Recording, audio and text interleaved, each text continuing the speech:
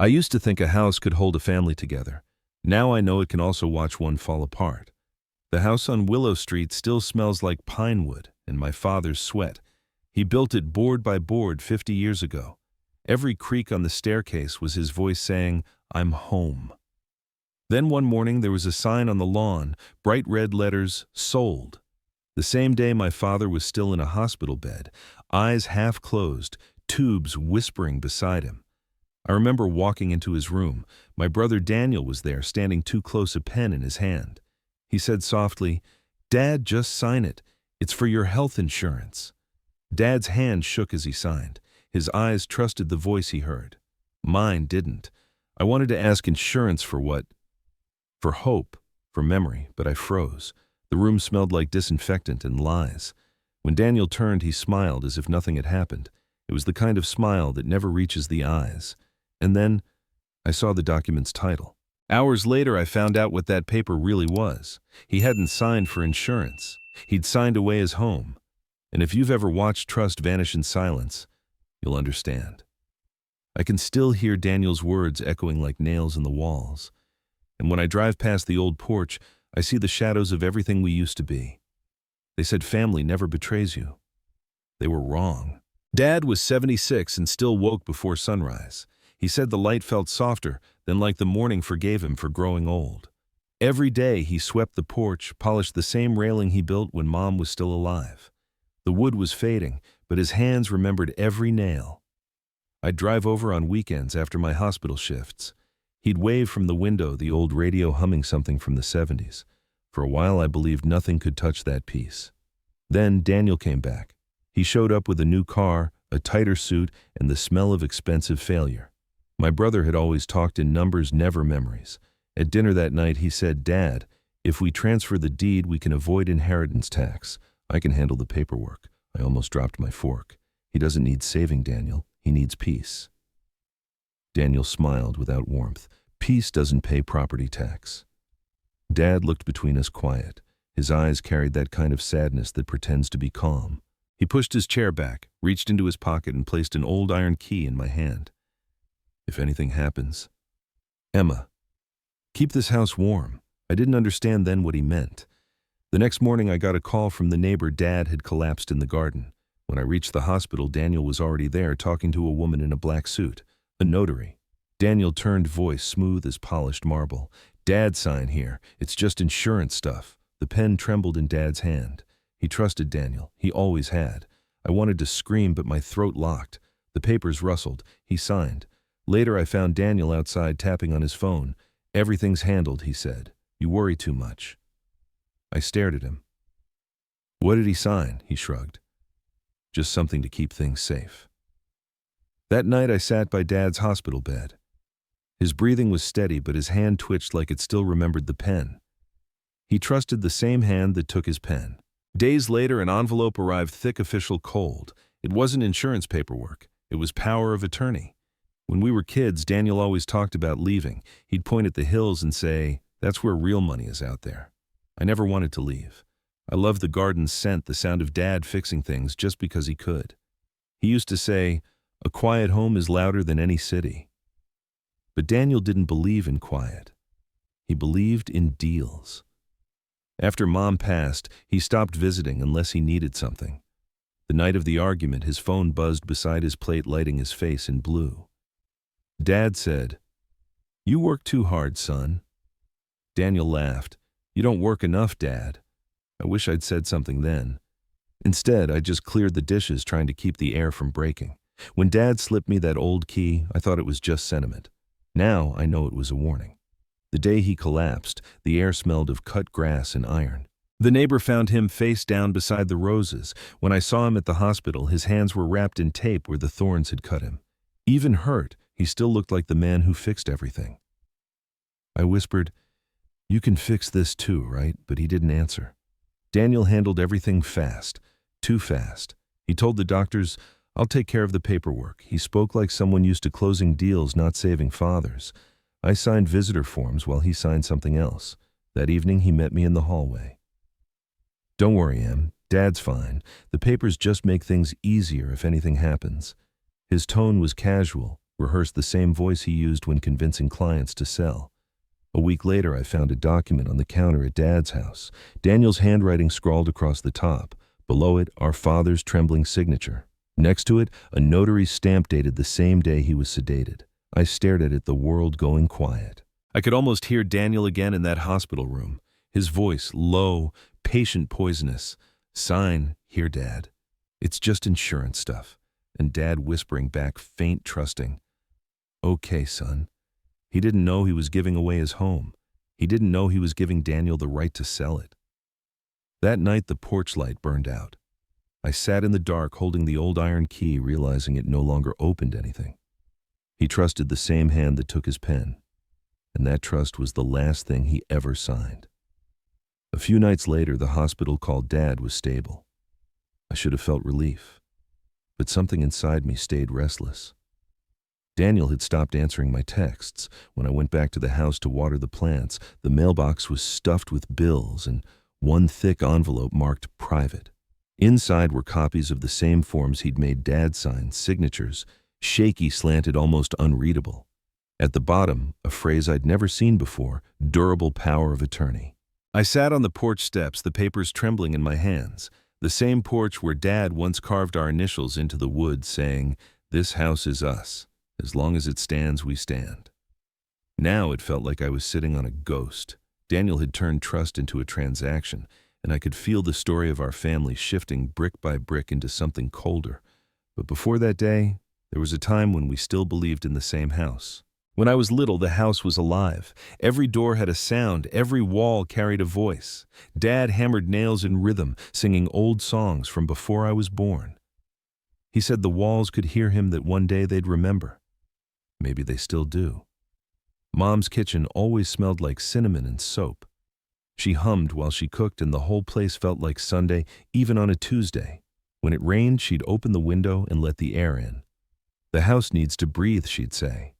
Those were the years before Daniel changed. He was 12, already obsessed with money. While I learned to bake with Mom, he'd sit flipping through real estate flyers.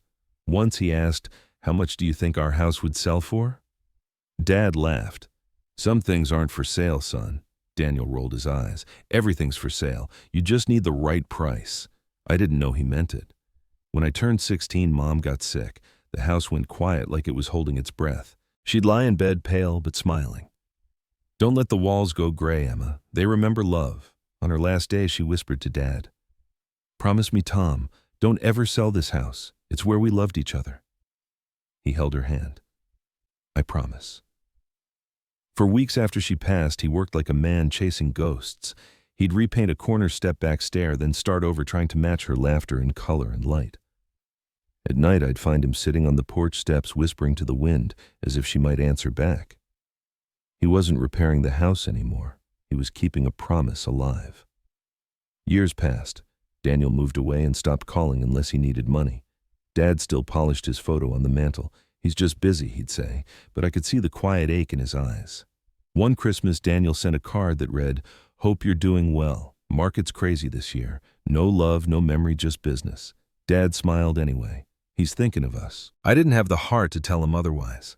Last month, I found a letter in the attic, Mom's handwriting, soft and looping. She'd written it years before she died, hidden in a box of winter clothes. It said, "If one day you must choose between money and memory, keep the memory." I read it until the words blurred. Then I placed it beside Dad's hospital bed next to the iron key. "I found Mom's words again," I whispered. "They still fit." He didn't move, but I like to believe he heard me. A week later, Daniel called. "Don't worry, Em, I'm handling the sale." The sale, I froze. "What sale?" Dad said. "It's fine. It's just business." He can barely speak. He sighed. "You don't understand responsibility." Paper shuffled on his end, the sound of someone arranging betrayal. He hung up before I could answer. Days later, my father's signature appeared on a contract. I drove to the house, hoping Daniel was bluffing. The porch light was off. Inside, everything was the same. The photo of Mom, the half-empty mug of tea, the smell of lemon cleaner and dust. Only one thing was missing: warmth. On the coffee table lay a folder Daniel must have left. Inside, copies of documents, a realtor's card, and the words, "Pre-closing agreement." My name wasn't there. I touched Dad's signature, shaky, slanted, almost unreadable. It didn't look like his handwriting. It looked like surrender. I went to the attic where Mom kept everything she couldn't throw away. The old quilts, my drawings, Dad's first hammer, all dusted in memory. There in a wooden box was another letter addressed to whoever loves this house after us. Mom's words again, faint but certain. A home survives only on love and truth. The moment you lie inside it, the walls begin to die. I sat there for hours, the paper shaking in my hands. Anger dries tears before they fall. By morning, a sign stood in the yard, white post, red letters, bold and final, for sale. I called Daniel. He answered on the second ring. Daniel, what is this? Relax, Em. It's temporary. You'll thank me later. You had no right. I had power of attorney. Dad trusted me. Maybe you should too. You used him. He laughed softly. I used an opportunity. That's different. Does Dad even know? He signed, didn't he? That's all the law needs. Then the line went dead. I stood by the window, the morning light cutting across the floor. Every reflection in the glass showed pieces of a life breaking apart. That evening I went back to the hospital. Dad was sleeping, his hand trembling in the blanket's fold. I whispered, "They're selling it, Dad. Our house." He didn't wake, but a tear slipped from the corner of his eye. I took that as an answer. That night I sat in my car outside the house. The porch light flickered weakly as if the house itself was trying to hold on. The wind brushed against the windows, and for a second I swore I heard Mom's hum beneath the noise.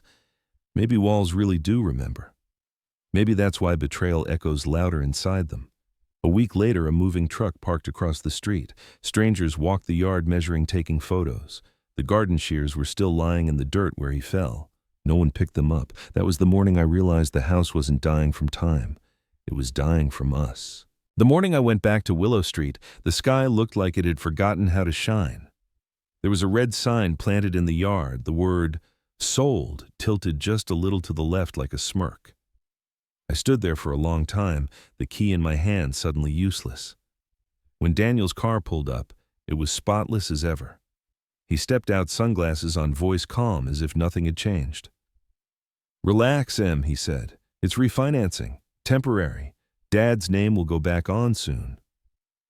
"Refinancing?" I asked. "You mean the house he built, the one Mom died in?" He shrugged. "You're overreacting again. That's my talent," I said. "Yours is lying." He laughed once, soft and cold. "You always take everything personal. It's just property, Emma. Paper. It's memory," I said. "And you just sold it." He turned away, phone already in hand. I could see my reflection on the black glass screen, small, furious, invisible. That was the first time I realized Daniel wasn't hiding guilt. He was hiding boredom, and boredom is colder than hate. That night I couldn't sleep. The walls groaned like they remembered too much. I drove downtown and parked outside a legal office that looked older than me. Inside, the walls were lined with dusty law books and certificates from the 70s. The plaque on the desk read Eleanor Grant, Elder Law Attorney. She looked up as I entered, her eyes sharp and kind all at once. "Miss Thomas?" I nodded, clutching the folder of photocopies I'd taken from the house.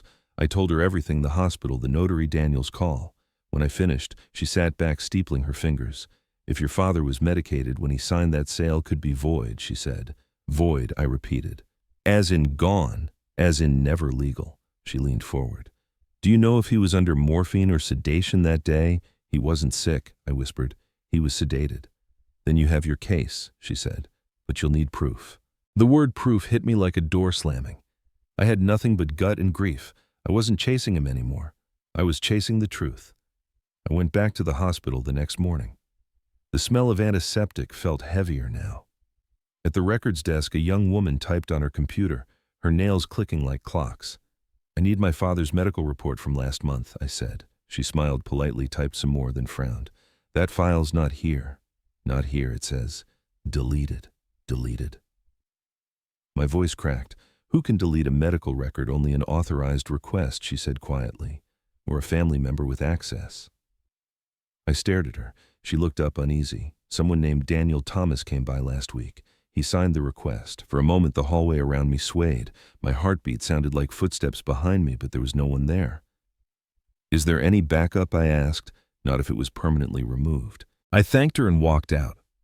my hands shaking so hard I dropped my keys twice. Outside, I sat in my car until the world stopped spinning. The papers, the hospital, the sale, it was all connected, each piece like a nail driven deeper into the same coffin. That night, I called Daniel. He didn't answer. I texted, "You deleted Dad's file. Why no reply?" I tried again. "You used him. You forged everything. Still nothing." When I finally gave up, the screen went dark and reflected my face back at me. Eyes, red mouth, tight jaw, trembling. For the first time, I realized I wasn't just angry. I was scared. Because if he could erase a file, what else could he erase?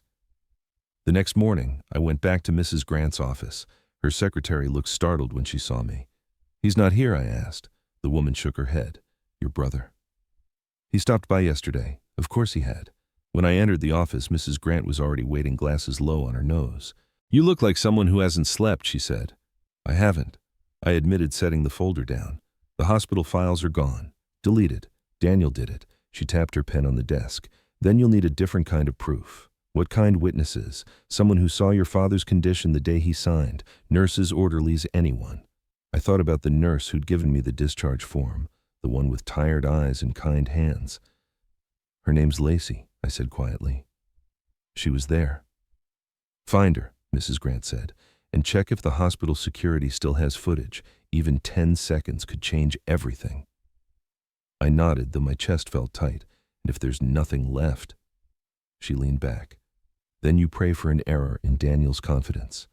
Before I left, she handed me her card again. "One more thing," she said. "Yes. Don't underestimate people who erase things. They don't just hide mistakes, they rewrite stories." Her words stayed with me. They didn't echo, they clung. I drove home under a sky that looked ready to collapse. Every red light felt like a warning, every street sign like a question I couldn't answer. By the time I pulled into the driveway, the house felt smaller, meaner, like it was shrinking away from me. On the porch, the sold sign creaked in the wind. I looked at it and whispered, "You're not gone yet." Inside, I opened Dad's drawer and found an old voice recorder, the kind he used to dictate grocery lists when his eyesight got bad. I pressed play. Static. Then his voice. "Emma, remind me to call Daniel tomorrow. He said something about insurance. I'm not sure I understand it." My throat tightened. Even then, he'd been uncertain. He'd trusted the wrong person, and the law had trusted the wrong signature. The monitor flickered once, like the house itself was trying to warn me. That night, I sat at the kitchen table, replaying that line over and over until it sounded like a heartbeat. "I'm not sure I understand it," I whispered back to the empty house. "I do." And for the first time, I wasn't just my father's daughter. I was his witness. I found Lacey 2 days later. She was sitting on a bench outside the hospital, eating lunch from a paper bag, the California sun spilling down like nothing bad had ever happened. When I called her name, she looked up, squinting. Then her face softened. "Emma, right, Mr. Thomas's daughter?" I nodded. "I need your help." We sat together, the city noise humming around us. "I remember your dad," she said. "Quiet man. Always thanked the nurses." Her voice lowered. "That day he wasn't himself." "How do you mean?" He was confused, drowsy. He kept asking where he was. I swallowed hard. "Do you remember what he signed?" She hesitated. "Your brother brought in papers, said it was hospital insurance. I thought it was odd because the doctor had already covered that. He said it was urgent, and Dad signed." She nodded, barely. His hand was shaking.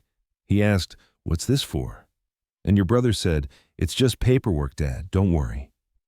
I felt my chest tighten. "Could you testify to that?" Her eyes flickered with fear.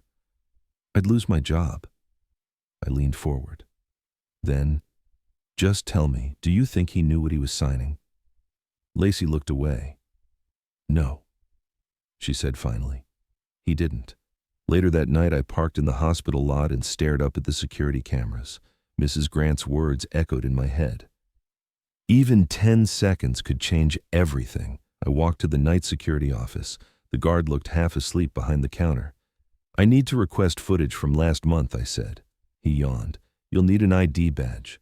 I pulled out my old nurse's ID from my previous job. I used to work in San Diego Mercy. He squinted at it. "Different hospital. I just need one clip. Room 214, April 9th. He sighed, clicking his mouse. "You're lucky it's still on backup." Then his face changed. Wait. That day's file is corrupted. Corrupted, yeah. Missing about 15 seconds near the end. Looks like someone tampered with it. Can you show me the rest? He nodded and turned the screen. The footage was grainy, the lighting too bright. Dad lay in the bed, weak but calm. Daniel stood beside him, talking fast. A notary entered the frame, setting papers on the tray. Dad reached for the pen. Daniel's lips moved, forming the words I could almost hear. Just insurance, Dad. Then the screen froze, flickered and jumped. 15 seconds gone. When it resumed, Daniel was pocketing the pen. The notary smiled. Dad's hand fell limp. The guard looked uncomfortable. That's all there is. Can I get a copy? He hesitated. Not without authorization. I slid him a 20. Then consider it lunch money. He stared, then shrugged. Make it quick. He copied the footage to a flash drive and handed it over. Don't tell anyone you got it from me, he said. I won't, I promised. Back in my car, I played the video again. It was like watching the truth drown in silence. Every flicker of the screen felt like a lie breathing. The next morning, an email arrived from an address I didn't recognize, truthinred@protonmail.com. No subject line, just one sentence. The buyer is someone you know. My heart stuttered. I clicked the attachment. It was a PDF of the property sale. The buyer's name hit me like a slap. Karen Holt, Daniel's ex-wife. I called him immediately. He answered on speakertone, smooth and bored. You sound upset. You sold Dad's house to your ex. At least she paid for it. You never paid for anything. Do you even hear yourself? I hear logic, Em. The house was sitting there doing nothing. Karen's restoring it. She's giving it life again. Life, I said. You drained it. You gutted it. He chuckled. You should thank me. You're free now.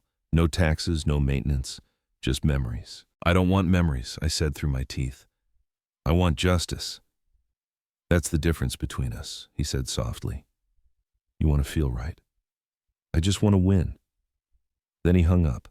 I sat in the car staring at the phone screen until the battery died. Outside, the sun dipped behind the hospital towers, throwing long shadows across the parking lot.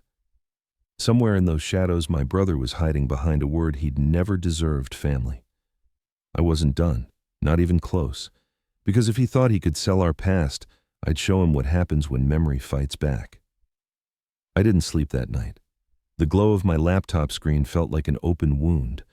I copied the footage twice, once on a flash drive, once to the cloud. At dawn, I emailed it to Mrs. Grant with one line: he lied. Here's proof. 10 minutes later, she replied, keep this safe. If what I see is real, we have grounds. I should have felt relief, but the silence in the house wasn't normal.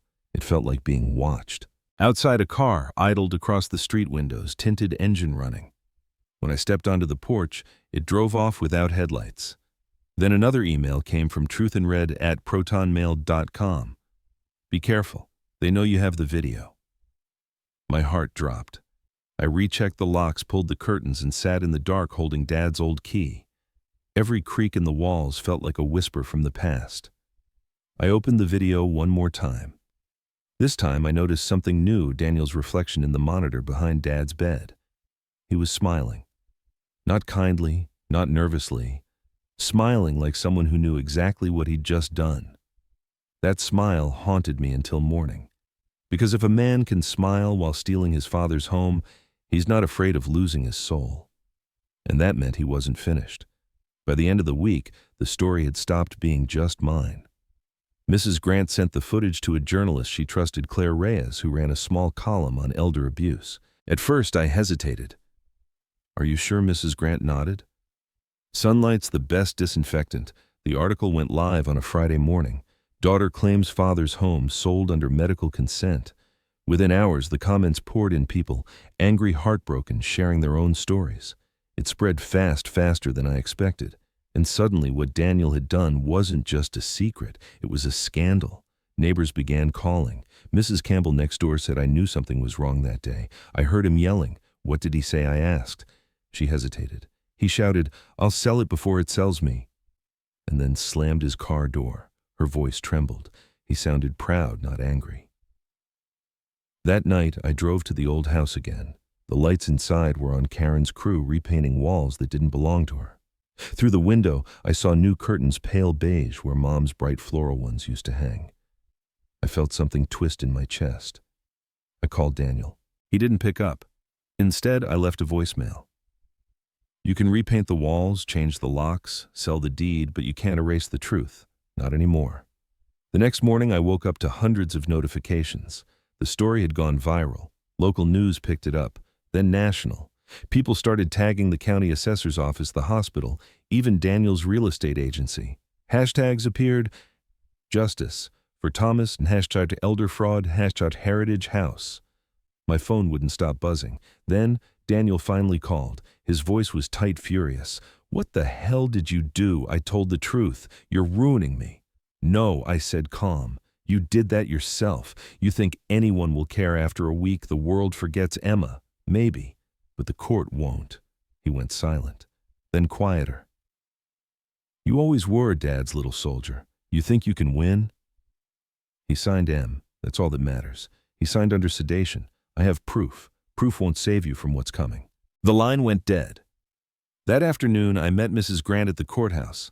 We filed a petition to void the sale under California Probate Code Section 812. The clerk stamped it without looking up. As the ink dried, I felt something I hadn't in months control. We walked outside into the crisp air.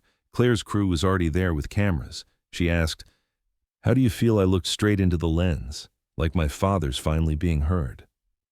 But the next day, the county sent a notice: petition received, hearing scheduled, sale remains valid until further ruling. I stared at the letter, my hands shaking. For now, Daniel still owned the house. The fight wasn't over. It had only just begun. That night I didn't sleep. The house didn't either. The house was gone, but it never left me. Some nights I'd still dream of the hallway light flickering, of Dad humming while fixing the porch, of Mom's cinnamon bread cooling on the counter. Then I'd wake to silence, the kind that feels like dust settling over a memory. After we filed the petition, I stopped sleeping. Everything I loved felt like it was sitting in a courtroom waiting to be judged. Dad's health kept slipping. He was moved to hospice care, a quiet place with too many flowers and too much waiting. I spent my evenings beside him reading old letters from Mom. He couldn't speak much anymore, but he'd squeeze my hand whenever I read her name. Sometimes I'd catch him looking toward the window, eyes glassy, chasing something only he could see. One night I asked, "Do you miss the house?" He smiled faintly. "A house is just wood," he whispered. "But love is what keeps it standing." I nodded, even though my throat hurt too much to answer. He reached for the old key I'd kept on a chain around my neck. "Keep it," he said. "Not for the door, for the promise." I didn't realize then promises don't keep houses standing, people do. When he fell asleep, I stepped outside.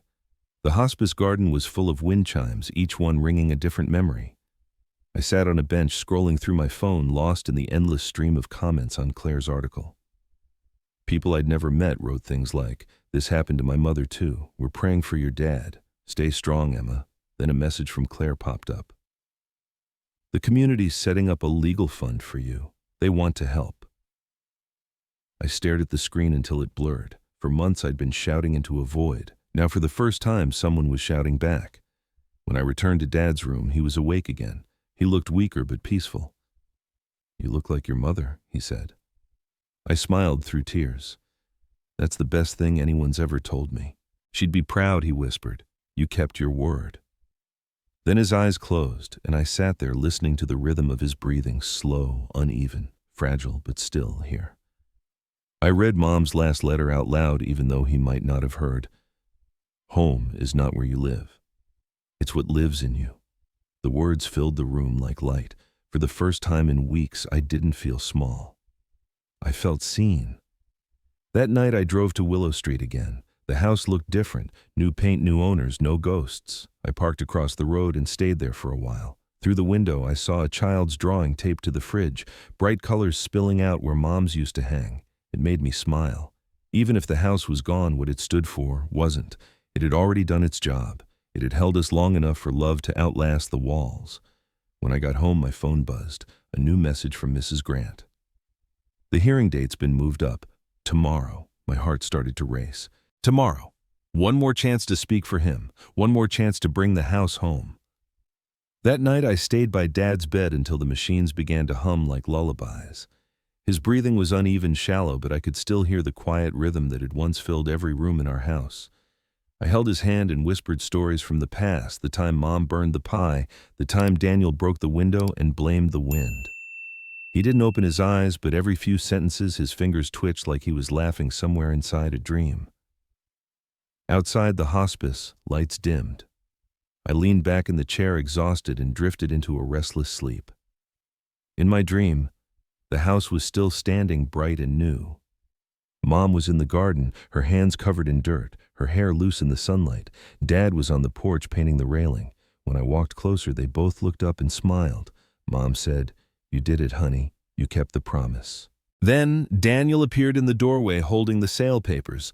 But when the wind blew through the yard, the ink vanished, leaving them blank. The house shimmered in gold light, the walls breathing again alive. I woke with tears on my face. The nurse came in quietly to check the monitors. "He's resting easy tonight," she said softly. "Thank you," I whispered, though I wasn't sure if it was for her or for him. I reached into my pocket and took out the old key.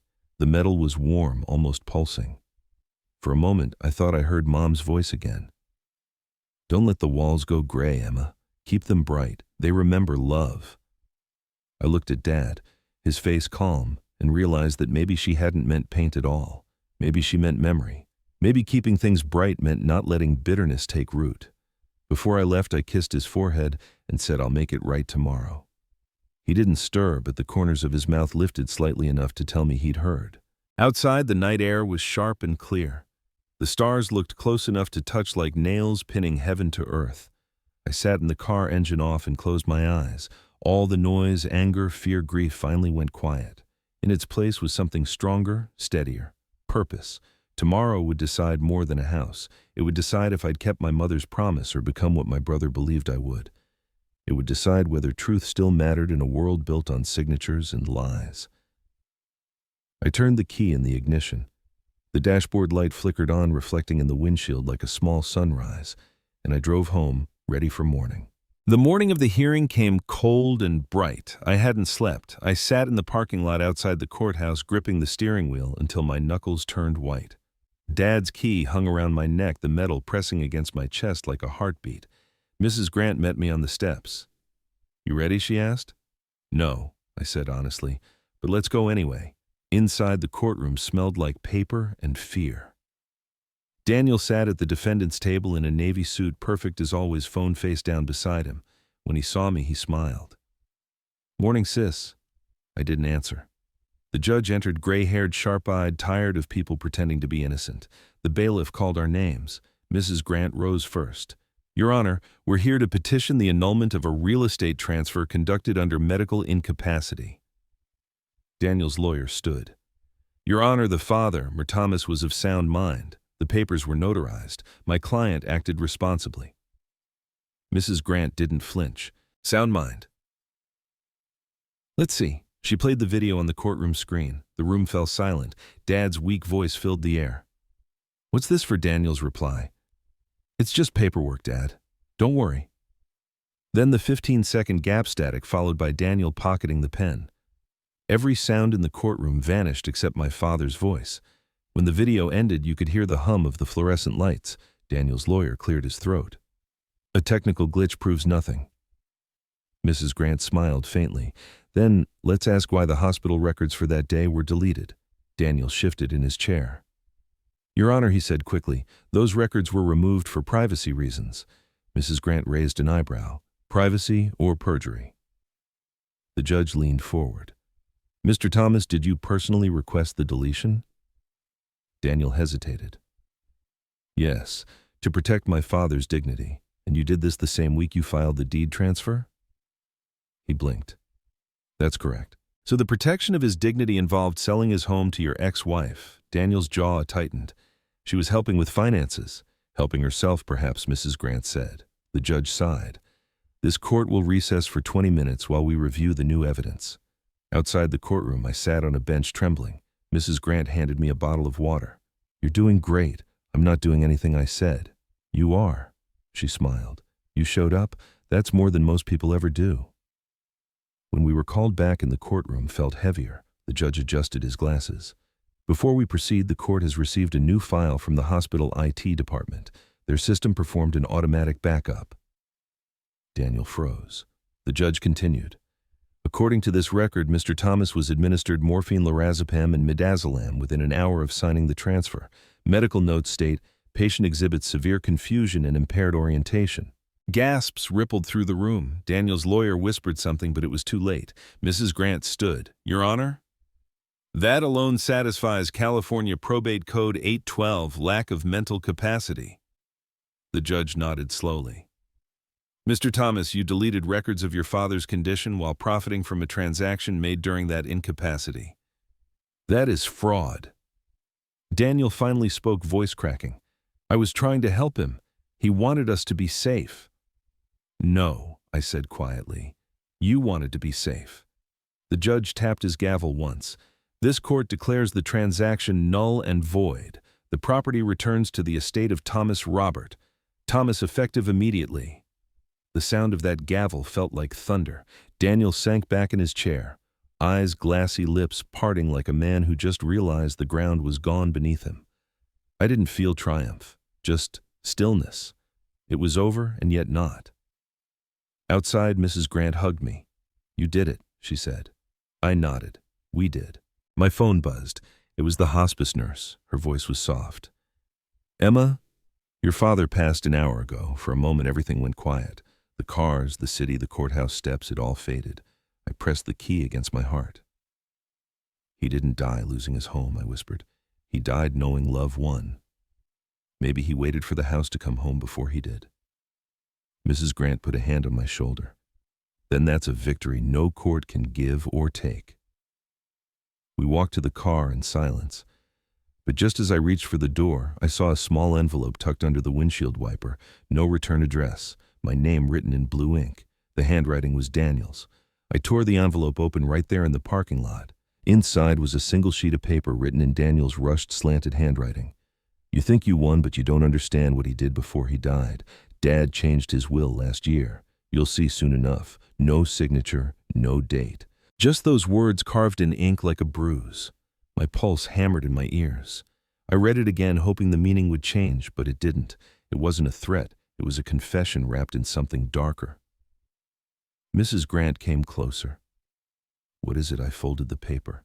Just my brother being my brother, but inside I knew it was more than that. Daniel didn't bluff. He planned. When I got home that night, I placed the letter on the kitchen table beside Dad's key. Two symbols of the same legacy, one built on love, the other on greed. The moonlight hit them both, and for a second I could almost hear Dad's voice. A house can fall, but the truth can't. I whispered back, then let it stand no matter what's next. Outside, the wind rose, brushing against the windows like fingers on wood. The house creaked softly as if listening. Somewhere in the dark, I felt the story shift again, like a door unlocking in a place I hadn't dared to open.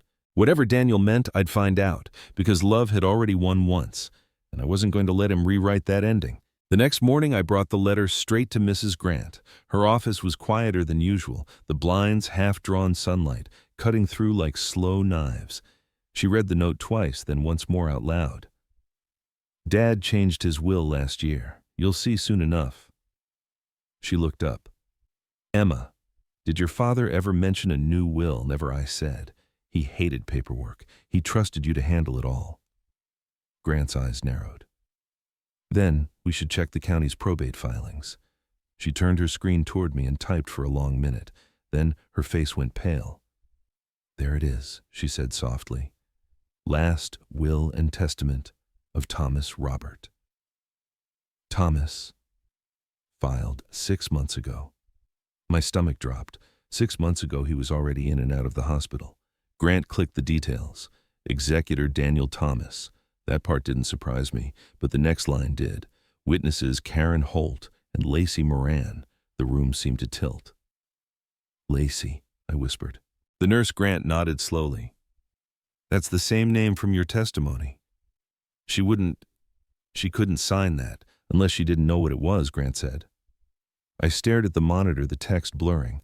Lacey's kind eyes flashed in my mind the way her hands shook when she said I'd lose my job. Had she already lost it, or traded it for something worse? Grant picked up her phone. "I'll call the hospital." She waited, tapping the desk with her pen, then frowned. "They say she hasn't shown up for 3 days. No call, no message." A chill crept up my spine. "She's gone. Missing." Grant corrected. "Or hiding." Before I could answer, my phone buzzed. A new email. truthandred@protonmail.com again. No subject, no greeting. Just one line: "You're not done yet. The will is only half the story." Attached was a photo, grainy low light taken from what looked like a hospital corridor. In the background, Daniel stood beside a bed. The timestamp was dated the same day Dad supposedly signed the new will. Grant leaned closer. "That's not the hospice. That's county medical." I nodded, my pulse pounding.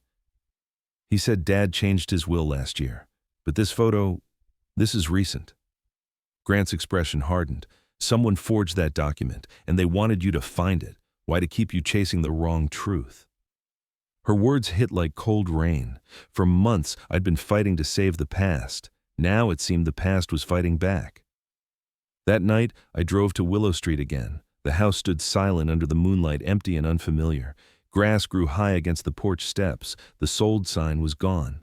Only the faint outline of where it once stood remained in the dirt. I got out of the car, holding the key. The metal was cold, heavier than I remembered. I walked up to the door and whispered, "One more time." The lock clicked open like it had been waiting for me. Some part of me knew I wasn't unlocking a door. I was waking something up. Inside, the air was thick with dust and something else. Something alive. I stepped into the living room. Moonlight spilled across the floor, catching the edge of a photo frame that hadn't been there before. It was a picture of Dad and me on my 5th birthday. The same photo that used to hang in his study. My breath caught. Who put this here? Then, from deeper in the house, a light flickered on. A lamp in the hallway. I froze. Someone was inside. "Hello?" My voice trembled. No answer. The floorboards creaked. I took a step forward, heart hammering. Another light turned on, the one in Dad's old room. Through the half-closed door, I saw a shadow move across the wall. Tall, slow, familiar. I whispered, "Dad." The shadow stopped. For a second, I could swear it turned toward me. The lamp flickered once, twice, then went out. The silence that followed felt heavier than any scream. Darkness swallowed the hallway. Somewhere in that silence, a floorboard groaned again. Closer this time. I gripped the key tight enough to cut my palm. Then a voice, soft but unmistakable, echoed from the dark. "Emma, you shouldn't have opened the door." And the lights went out. If this story moved you, please don't leave in silence. Leave a comment. Tell us what you felt when the lights went out. Every share, every voice helps keep these stories alive. Thank you for listening and for standing with us through every twist, every echo, every betrayal. Don't forget to subscribe so you won't miss what comes next, because sometimes the next story begins right after the door closes.